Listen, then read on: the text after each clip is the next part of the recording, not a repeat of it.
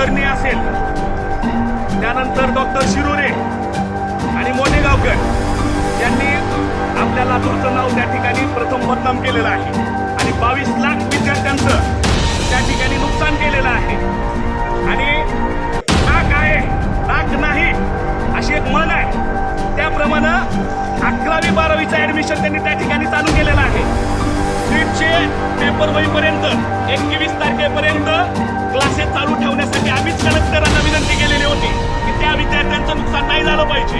आणि जे 11वी 12वीला विद्यार्थ्यांनी ऍडमिशन घेतलेलं आहे त्यांची तात्काळ फी त्या मोठेगावकरांनी त्या ठिकाणी वापस केली पाहिजे. अन्यथा आज आम्ही या ठिकाणी निदर्शनं केलेली आहेत. त्या कुलकर्णी, मोठेगावकर आणि शिरोळे डॉक्टर यांच्यावर मनुष्यवधाचा गुन्हा दाखल झाला पाहिजे. आपल्या लातूरचे विद्यार्थ्यांनी आज गाठेगाव आहे, ज्यांनी ह्या क्लासेसवर येऊन त्या ठिकाणी पाठिंबा दर्शवला, घरी गेलो का त्यांच्या कधी? त्या विद्यार्थ्यांच्या घरच्यांचं दुःख काय आहे?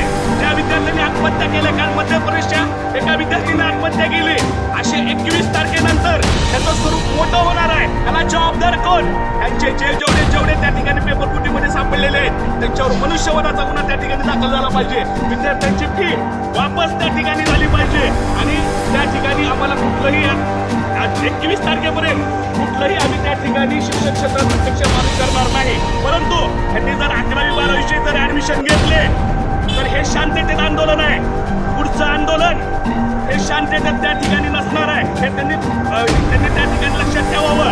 आणि जे डॉक्टर शिरोरे त्याच्या हॉस्पिटलला त्या ठिकाणी सील केलं पाहिजे, कारण तो त्याच्या मुलासाठी पेपर विकत घेतो. हा मोठेगावकर त्या ठिकाणी बोगस डॉक्टर त्या ठिकाणी निर्माण करतो. आरोग्याचा विषय त्या ठिकाणी परिस्थिती, आरोग्याच्या विषयाची बी परिस्थिती त्या ठिकाणी निर्माण झालेली आहे. म्हणून आमची सरकारला विनंती आहे की यांच्यावर तात्काळ त्या ठिकाणी नियंत्रण करा. सीबीआयला आमची त्या ठिकाणी विनंती आहे, या क्लासेसला जोपर्यंत तो डॉक्टर जे आरोपी आहेत की जे त्या ठिकाणी निर्दोष कोर्टातून सुटत नाही तोपर्यंत हे क्लासेस त्या ठिकाणी बंद झाले पाहिजे. अन्यथा आम्ही त्या ठिकाणी उग्र स्वरूपाचं त्या ठिकाणी आंदोलन करू.